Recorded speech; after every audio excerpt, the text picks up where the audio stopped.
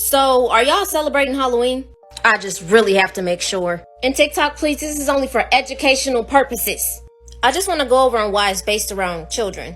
Why around this time people are trying to conjure up fear by going to haunted houses, watching scary movies, all types of things like that. You know during spring and summer that everything is rebirth, it's new, it's growing, it's back to life.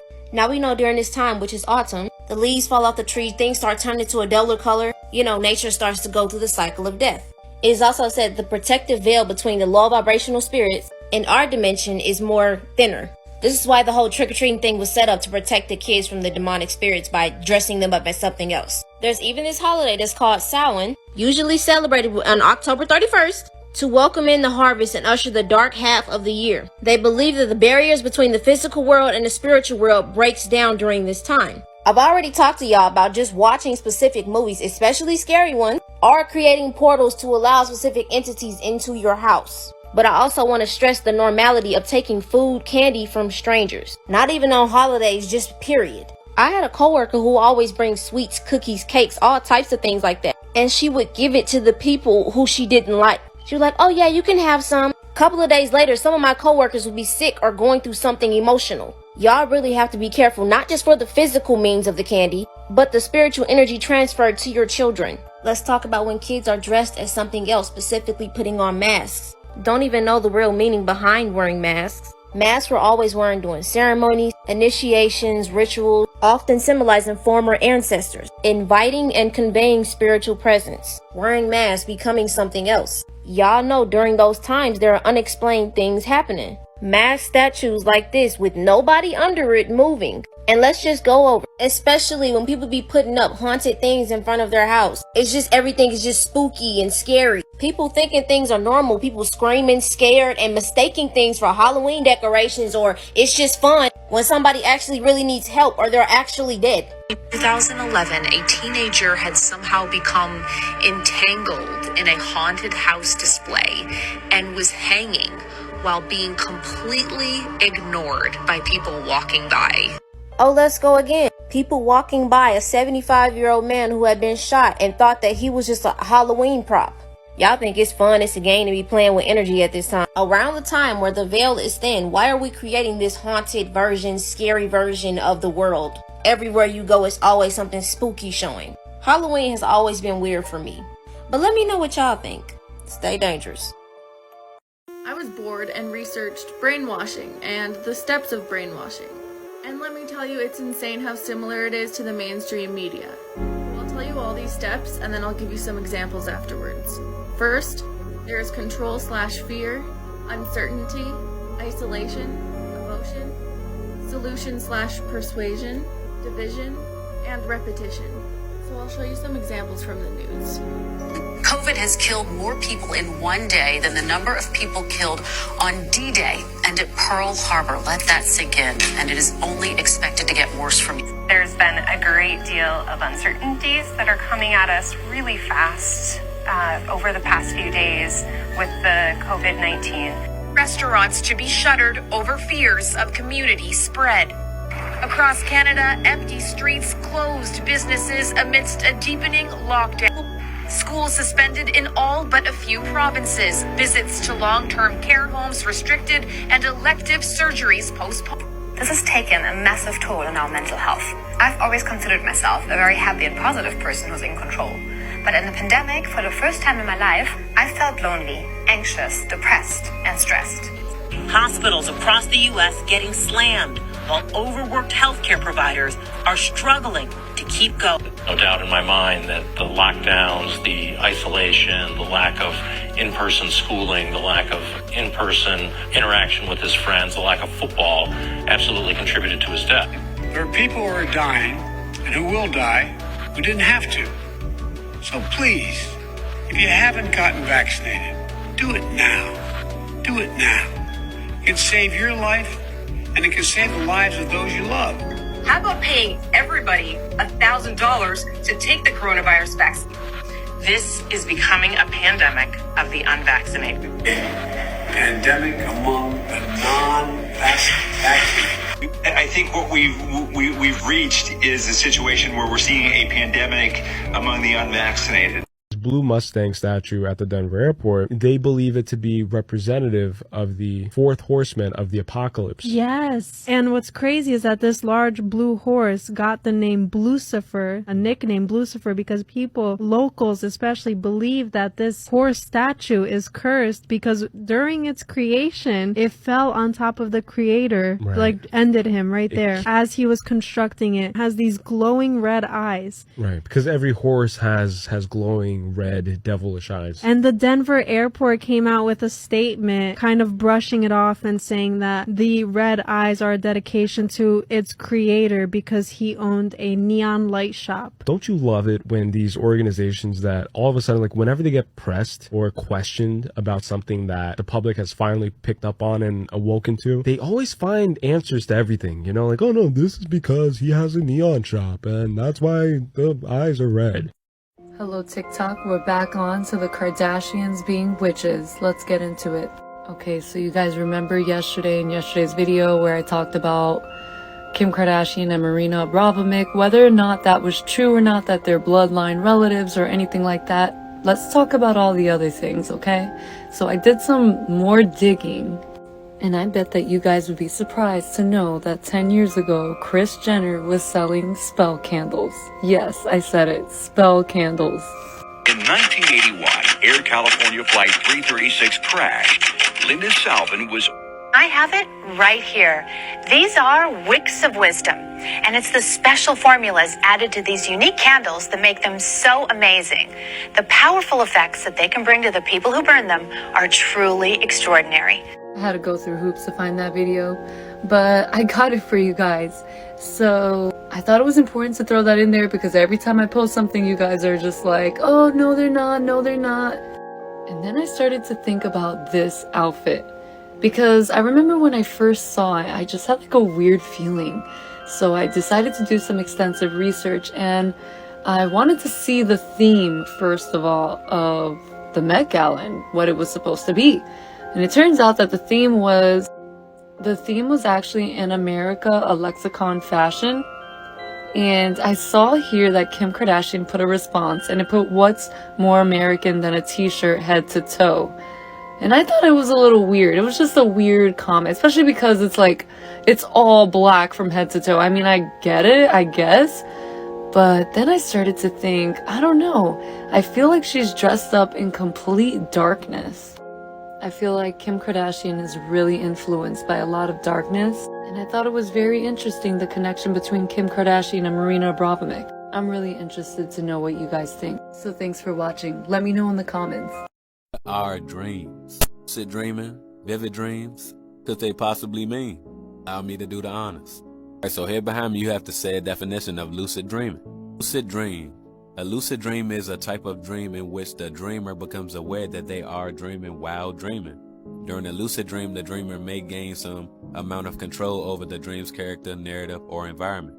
However, this is not actually necessary for a dream to be described as lucid.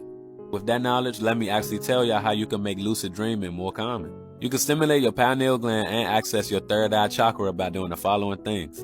The use of fluoride completely. Not only does it, over a long-term use of time, decay your teeth, can lead to severe illness. They put it in our toothpaste, mouthwash, the water.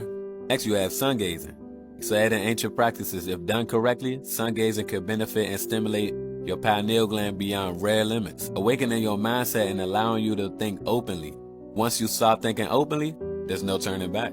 If you know, you know. But you have the use of THC. This is actually weird because THC is considered a gateway drug, but not gateway drug to other drugs. I mean gateway drug between the physical realm and the spiritual realm. But research says when THC is consumed, the amount of time that the brain is spent in REM sleep decreases, and while suppressing your ability to have dreams overall. At least that's what research says. Y'all know how stuff go. You can't trust everything you see.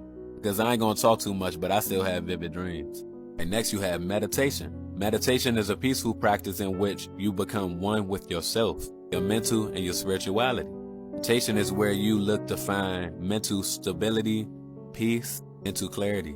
Then also allows you to awaken and stimulate your pineal gland, which of course leads to you having more vivid dreams, more lucid dreams.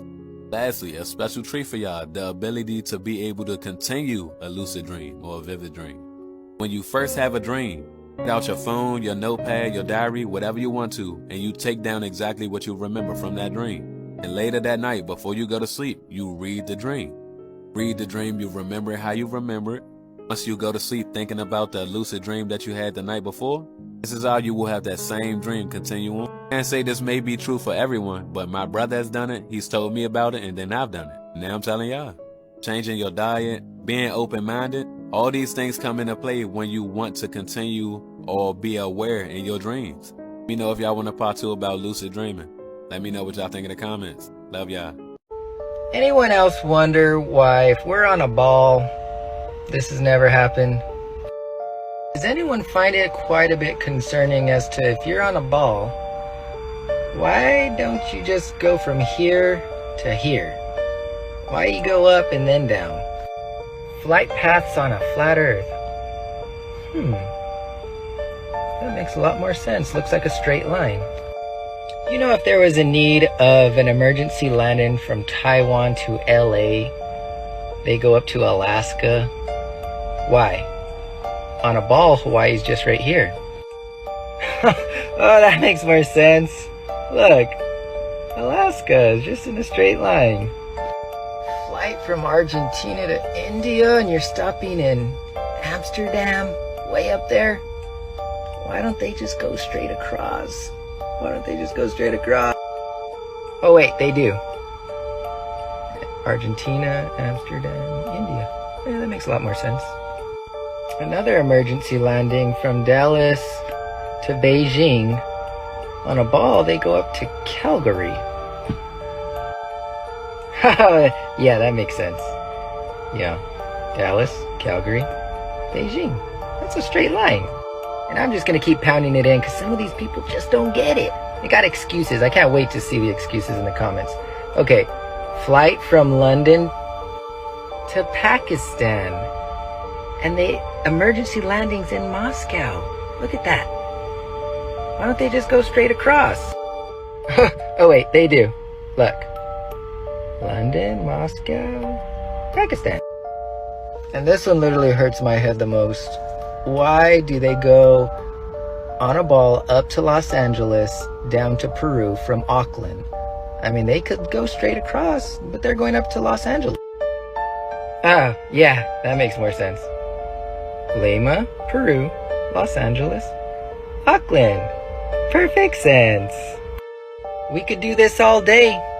Flight paths prove flat Earth. Sorry.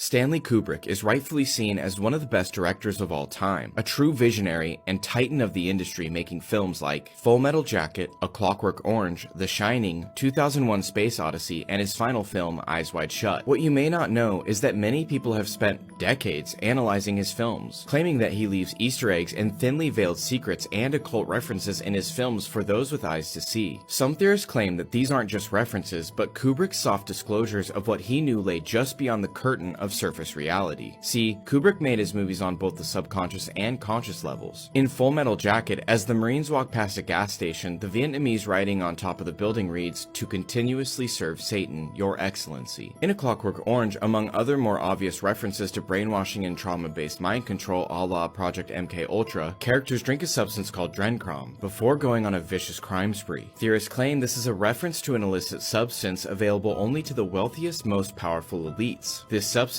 apparently extracted from the human pineal gland. The name of this substance I can't utter on YouTube, whether it's fictional or not. The Shining, of course, was written originally by Stephen King, but the Stanley Kubrick adaptation starring Jack Nicholson is bursting with subtle, disturbing details and esoteric occult references. Some of the film's most dedicated analysts think Kubrick is insinuating that the elites of the world, the most wealthy, famous, and powerful, are involved in a dark, ritualistic cult. While touring the hotel in the beginning of the film, Wendy asks if the hotel has ever served royalty. Mr. Ullman replies with presidents, movie stars, and all the best people. In the film's final scene, Jack can be seen making a very distinct gesture in front of all the other trapped souls, which many believe this gesture symbolizes Baal or Baphomet. The theory being that this is the true religion of the elites. One of the scariest aspects of the movie is the twins. When the twins are first shown, it's in front of a poster that reads Monarch, which is another term heavily associated with Project MKUltra. Is it possible Kubrick was again hiding messages referring to the trauma-based mind control system that theorists claim has been used on many people? Danny Torrance, the little boy in the film, disassociates and has a powerful psychic ability, kind of like in Stranger Things, another show using many ideas originally explored in Project MKUltra, where we see Eleven is isolated, then shown affection, then abused in order to unlock her innate psychic ability. Now, the movie tells us that heavy drinking led to Jack accidentally breaking Danny's arm, but as the film progresses, it seems as though it may not have been an isolated incident. When Jack is waiting for his interview, he's reading a Playgirl magazine with a very disturbing title that may hint at some horrific abuse. The mom, Wendy, can be seen reading Catcher in the Rye, which has been called a mind control trigger carried by John Lennon's assassin Mark David Chapman and JFK assassin Lee Harvey Oswald when they committed their crimes. Kubrick's last film, Eyes Wide Shut, centered around the dark occult world of these ritualistic sex parties of the rich and powerful. It pretty much exposes them entirely. According to Kubrick's assistant, the director was extremely stressed about how Warner Brothers would receive his finished film, and had even taken up smoking again after quitting for a number of years. According to this assistant, he even said, "When they see this film, they're going to kill me." On the night of the test screening for the studio heads in London, Kubrick sat in the lobby smoking. After the movie, Kubrick went down into the theater and reportedly argued for 45 minutes with the director, screaming, "You cannot change my movie." Days later, Kubrick died from a sudden heart attack, which is exactly how a character in the film loses their life, and it is heavily implied that this is a punishment being carried out on this character for exposing the cult. The studio edited out 24 minutes of the final film before it was released. Of course, speculation ran completely wild on what those 24 minutes included, but as far as I could tell, nobody in the public really knows. Kubrick also passed 666 days before January 1st, 2001, and 2001: A Space Odyssey was considered to be a defining moment in his career. It's my opinion that Kubrick had deep inside knowledge of what really goes on behind closed doors in regards to the world's most rich and powerful elite. Some theorists even speculate that Kubrick may have helped the US government and NASA fake the moon landing footage.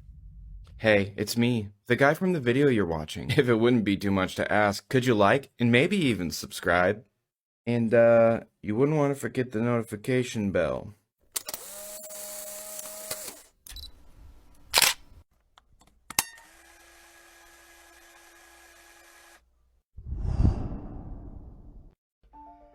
There's only one disease.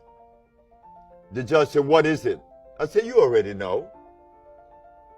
She said, "Try me." It was a woman, Ann Thelman. I said, "Your Honor, when someone has sinusitis, what is obstructing the nasal passage?" She said, "Mucus." And when another has bronchitis, what is obstructing the bronchial tubes? She said, "Mucus." And when another has pneumonia, what's covering the cells of the lungs? She said, "Mucus." Dr. Victor Herbert, who is defending the state of New York, jumped up and said, "What about AIDS? You and your one disease theory?" I said, "Your Honor, this doctor is saying that I believe in a theory. I am the last individual on earth that could believe in a theory. I do not lend myself to theories or philosophy. Either I know or I don't know." He's talking about theories. You're talking about the real deal. I'm talking about reality, not theories, not philosophy. So please share with us. So she said, "And what about AIDS?" I said, "Well," he asked about what about AIDS. He want to know where the mucus. I said, "Your Honor, have you been to an AIDS ward?" She said, "Yes." I said, "What is it that the AIDS spits up every 5 minutes?" She said, "Mucus." Where is the mucus? It's in the skin, it's in the blood, and the lymphatic system that makes up the immunological system. That is where you find the mucus. Just to go back to Stranger Things, the upside down and all that, it's like, it wasn't even really the upside down. It wasn't like a opposite universe or anything. It was just Hawkins built over top of it.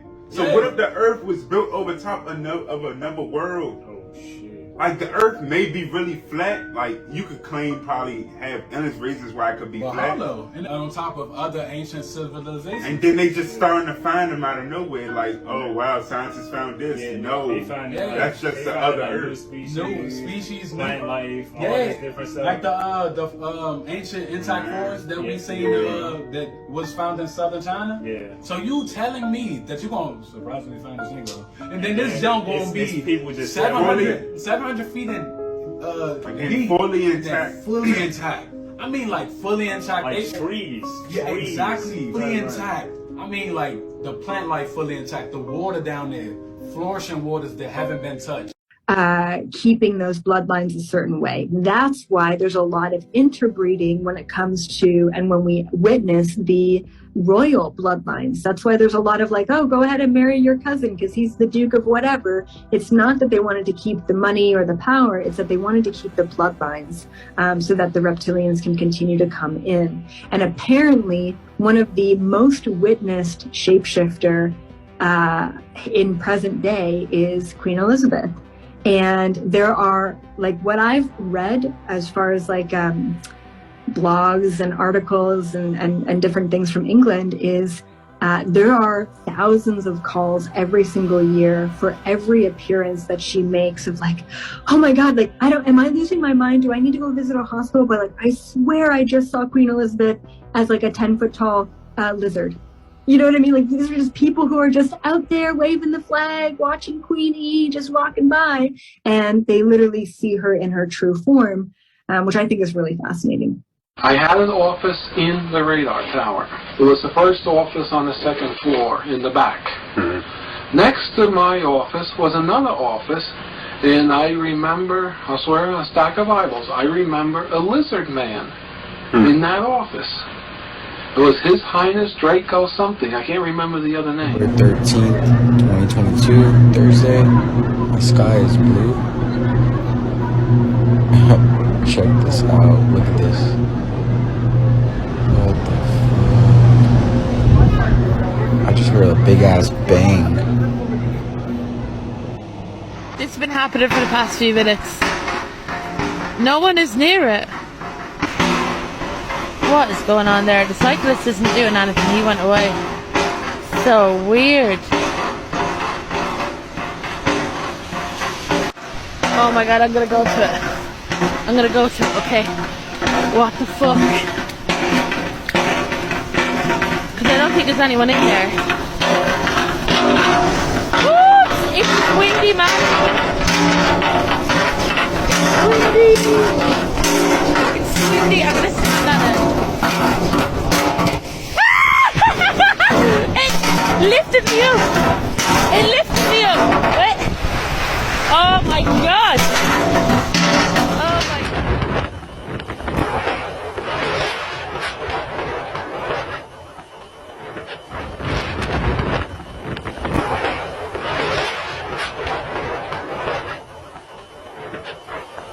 Il Fondo Sociale Europeo.